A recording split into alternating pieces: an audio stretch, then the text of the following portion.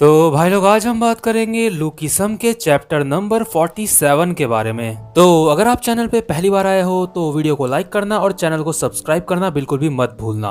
तो गाइस पिछले एपिसोड में हमने देखा था जो बंदा होता है जिसका नाम लोगन होता है उसको देख के ह्यूंगसुक की काफी ज्यादा फटके चार हो जाती है। तो आज की वीडियो की शुरुआत में हमें ह्यूंगसुक की वॉइस ओवर आती है।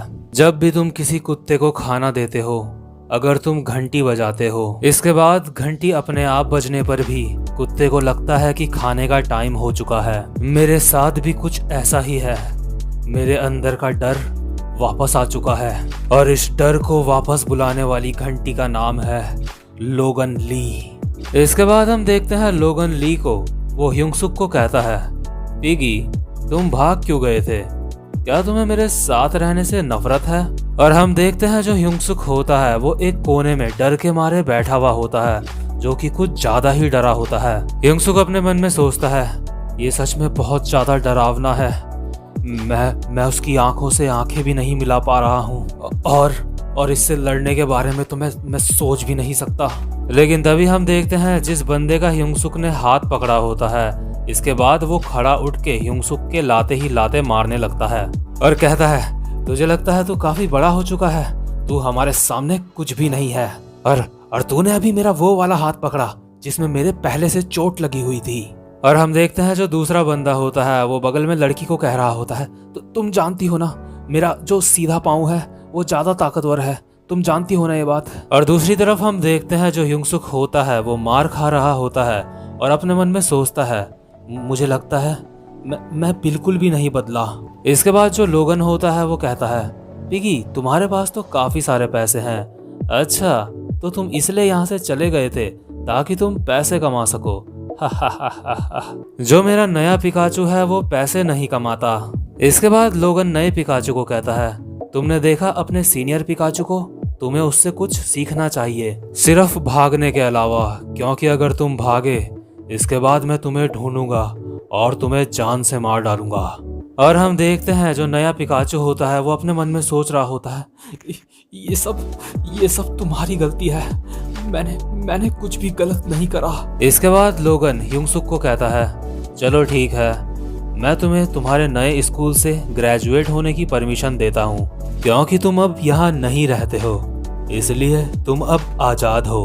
और वैसे भी मेरे पास अब एक नया पिकाचू है और ये जो पैसे मैं तुमसे ले रहा हूँ ये तुम्हें आजाद करने की फीस है। Have a nice day. और इतना कह के लोगन वहां से चला जाता है। और इनमें से जो बाकी दो छपरी होते हैं उनमें से एक छपरी ह्यूंगसुक के मुंह पे थूक के बोलता है, बेहतर होगा कि तू दोबारा हमें ना दिखे यहाँ पे। और दूसरा बंदा कहता है, हे ये पहला बंदा है जो मेरी किक से बच पाया है। इसके बाद हम देखते हैं ये दोनों बंदे भी वहां से चले जाते हैं और जो ह्यूंगसुक होता है वो अपने रास्ते चला जाता है।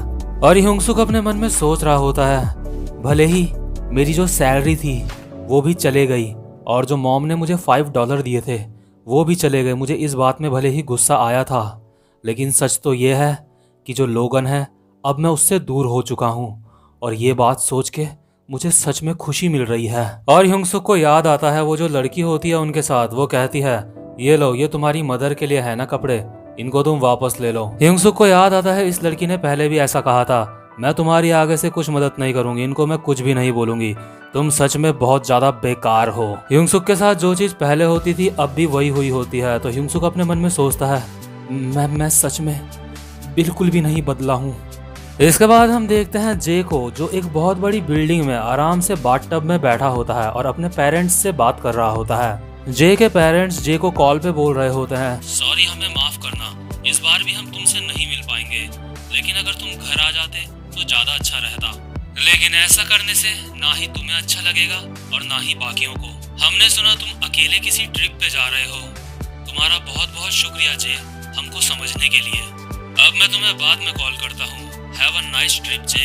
और यार जो अपना जे है उसकी पर्सनल लाइफ के बारे में जानने में मुझे भी पर्सनली काफी इंटरेस्ट है और ये चीजें हमें आगे के एपिसोड्स में पता चलेंगी।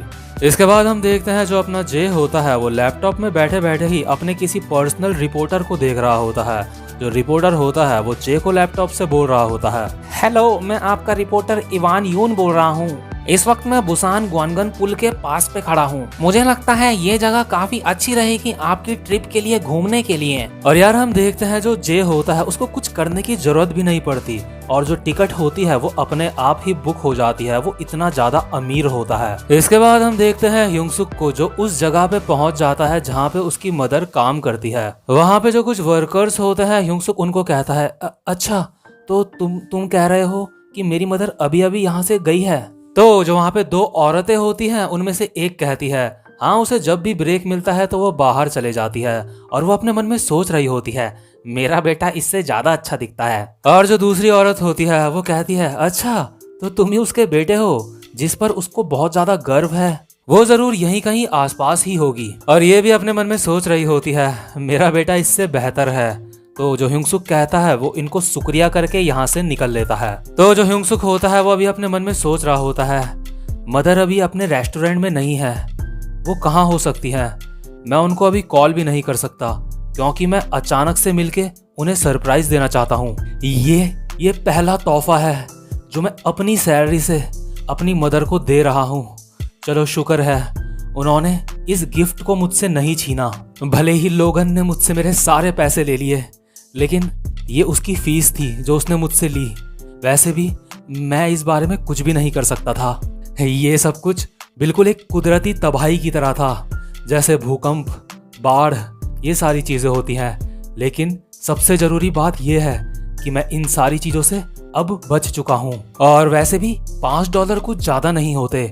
सबसे जरूरी चीज होती है कि तुम कैसे किसी चीज को डील करते हो। और यार आपको बता दूं कि जो आगे का सीन है वो काफी ज्यादा इमोशनल है। तो हम देखते हैं जब ह्योंग-सुक अपने मन में ये सोच रहा होता है कि $5 कुछ भी नहीं होते, सबसे बड़ी बात है कि मैं उनसे बच गया। इसके बाद वो अपने मन में सोचता है वैसे भी अगली सुबह से मैं एक नया डैनियल पार्क हूँगा। लेकिन तभी हम देखते हैं पीछे से आवाज आती है जैसे कोई किसी भिखारी को डांटता है। एक औरत दूसरी औरत को कह रही होती है हे मैंने तुम्हें कहा ना उनको छुओ मत।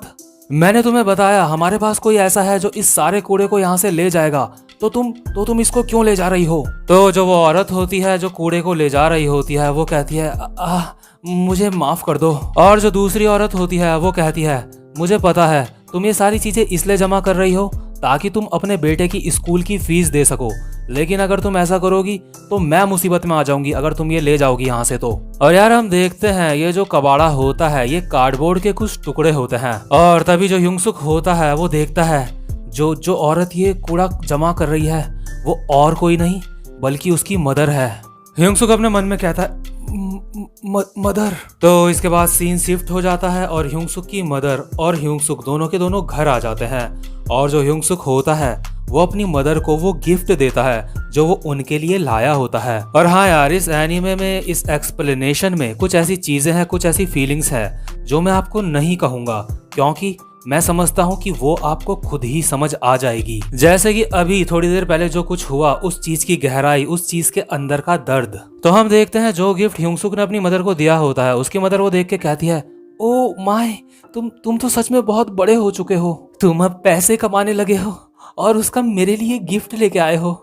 मुझे सच में इसको पहनने में बहुत ज्यादा खुशी होगी। और यार हम देखते हैं जो ह्योंग-सुक की मदर होती है भले ही उनके पास ज्यादा पैसे ना हो लेकिन फिर भी उन्होंने ह्योंग-सुक के लिए काफी सारा खाना पकाया होता है जो कि काफी ज्यादा टेस्टी लग रहा होता है। और जो ह्योंग-सुक होता है वो अपने मन में सोचता है ये सब कुछ आपने मेरे लिए बनाया। ह्योंग-सुक की मदर एक स्माइल के साथ कहती है अगर तुम पैसों की चिंता कर रहे हो तो तुम इस बारे में बिल्कुल भी मत सोचो, तुम बस अपनी पढ़ाई में ध्यान लगाओ, पैसे कमाने की चिंता तुम मेरे ऊपर छोड़ दो। और यार तभी जो ह्योंग-सुक होता है उसके दिमाग की बत्ती जलती है, उसे याद आता है उसकी मदर ने जो उसको $5 दिए थे वो कितनी मेहनत से कमा के दिए थे।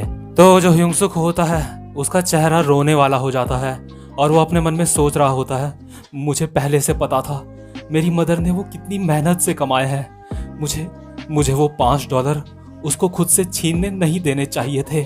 और जो अपना ह्योंग-सुक होता है वो मन ही मन में फैसला कर लेता है कि अब उसको वो $5 वापस लेने होंगे उससे। ह्योंग-सुक एक हल्की सी आवाज में अपनी मदर से कहता है मॉम क्या आपको वो लड़का याद है जो मेरे साथ मेरे ही रूम में रहता है। तो उसकी मदर कहती है अरे हाँ मुझे अच्छे से याद है, वही लड़का ना जिसका नाम बिल्कुल तुम्हारे जैसा है। ह्योंग-सुक कहता है इन छुट्टियों में वो बिल्कुल अकेला है। कैसा रहेगा कि अगर इन छुट्टियों में वो हमारे साथ रहे। इसके बाद सीन शिफ्ट होता है और हम देखते हैं हैंडसम वाले ह्योंग-सुक को। और जो ह्योंग-सुक होता है वो बस स्टेशन में खड़ा होकर अपने मन में सोच रहा होता है, मेरा ये वाला शरीर वास्को के सामने भी टिक गया था। मुझे इस शरीर ने वास्को से भी बचाया था। मैं अपने पैसे वापस ले सकता हूँ इस शरीर की मदद से। और हम देखते हैं अगल बगल के जो लोग होते हैं, खासकर लड़कियां, वो आपस में बातें कर रहे होते हैं। ये बहुत ज्यादा हैंडसम है कि क्या ये कोई सेलिब्रिटी है? आखिर ये बंदा है कौन? ह्योंग-सुक अपने मन में कहता है, कल इस शरीर के साथ मैं ये करने वाला हूँ। कल मैं उससे अपने पैसे वापस ले लूंगा। मैं अपनी पहचान हमेशा अपने इस शरीर के पीछे छुपाता रहा हूँ, लेकिन मुझे ये एहसास नहीं था कि मैं खुद से ही भाग रहा हूँ। तो इसके बाद हम वो वाला सीन देखते हैं जब ह्योंग-सुक बस स्टेशन में खड़ा होता है, जब वो बस में नहीं बैठा होता। तो हम देखते हैं अचानक से ह्योंग-सुक की नजर जे पे पड़ती है। ह्योंग-सुक अपने मन में सोचता है, मैंने बिल्कुल भी उम्मीद नहीं करी थी कि मैं यहाँ पे जे से मिलूंगा। इसके बाद ह्योंग-सुक जे को कहता है, जे तुम कहाँ जा रहे हो? तो जो जे होता है वो इशारों में डैनियल को बता देता है और इसके बाद डैनियल को इशारों में ही पूछता है कि तुम कहाँ जा रहे हो? तो डैनियल कहता है, क्या तुम कह रहे हो कि मैं कहाँ जा रहा हूँ? वो मैं अपने एक दोस्त के यहाँ जा रहा हूँ। तुम्हें यहाँ पे देख के बहुत अच्छा लगा जे, लेकिन तुम मुझे ये तो बताओ कि आखिर तुम कहाँ जा रहे हो? तो इसके बाद हम देखते हैं जो ह्योंग-सुक और जे होते हैं वो दोनों एक ही बस में चढ़ जाते हैं। और जो जे की सीट होती है वो ह्योंग-सुक से बिल्कुल पीछे वाली सीट होती है। और जब अभी ह्योंग-सुक अपनी सीट में बैठने जा रहा होता है तो हम देखते हैं ह्योंग-सुक की सीट की बगल में एक लड़की बैठी होती है। तो ह्योंग-सुक उसको कहता है, एक्सक्यूज मी, यहाँ पे मेरी सीट है आपके बगल में। और यार क्योंकि जो ह्योंग-सुक होता है वो वहीं जा रहा होता है जहाँ पे उसका मोटा वाला शरीर होता है, तो इसलिए ह्योंग-सुक अपने मन में सोच रहा होता है, मुझे कोई ऐसा रीजन ढूंढना होगा, ऐसा कारण ढूंढना होगा जिससे मैं बारी बारी सो सकूं और मतलब बाकी लोगों को मेरे ऊपर शक भी ना हो। लेकिन जो ह्योंग-सुक के बगल में लड़की बैठी होती है वो अपने मन में सोच रही होती है, ये सच में बहुत ज्यादा सुंदर है। मतलब यार देख रहे हो, जब मोटा वाला ह्योंग-सुक ऐसे ही किसी लड़की के बगल में बैठा था तो वो जो लड़की थी वो बहुत ज्यादा मतलब अजीब सा मुंह बना लिया था उसने, लेकिन इस समय ये वाली लड़की बहुत ज्यादा खुश लग रही है। और हम देखते हैं जो जे होता है वो भी ह्योंग-सुक के साथ वहीं आ रहा होता है जहाँ ह्योंग-सुक जा रहा होता है। ह्योंग-सुक अपने मन में सोचता है, ये सच में बहुत ही अजीब है कि जे भी वहीं जा रहा है जिस जगह पे मैं जा रहा हूँ, और साथ ही साथ में उसने वही बस पकड़ी है, मतलब उसकी वही बस है जो मेरी है। ये सच में बहुत ज्यादा मतलब बहुत बड़ा कोइंसिडेंस है। लेकिन यार सच तो ये है कि जो अपना जे है वो यहाँ नहीं आ रहा था जहाँ ह्योंग-सुक जा रहा है, वो किसी और जगह जा रहा था घूमने के लिए। लेकिन जब उसने देखा कि अपना ह्योंग-सुक भी इधर ही आ रहा है तो वो भी कोई ना कोई बहाना बना के उसके साथ इधर आ गया, और जो उसने अपना टिकट खरीदा था ट्रिप का वो उसने कूड़ेदान में डाल दिया था। और यार जो अपना जे होता है ना, उसको ट्रिप पे जाने से ज्यादा खुशी ह्योंग-सुक के साथ आने से हो रही होती है। तो यार उम्मीद करता हूँ कि इस एपिसोड में जो भी इमोशंस मैं आप तक पहुँचाना चाह रहा था वो आप तक पहुँच चुके होंगे, और उम्मीद करता हूँ कि आज की वीडियो भी आपको काफी अच्छी लगी होगी। तो भाई लोग अब मैं आपसे मिलता हूँ अपनी नेक्स्ट वीडियो में, तब तक के लिए गुड बाय।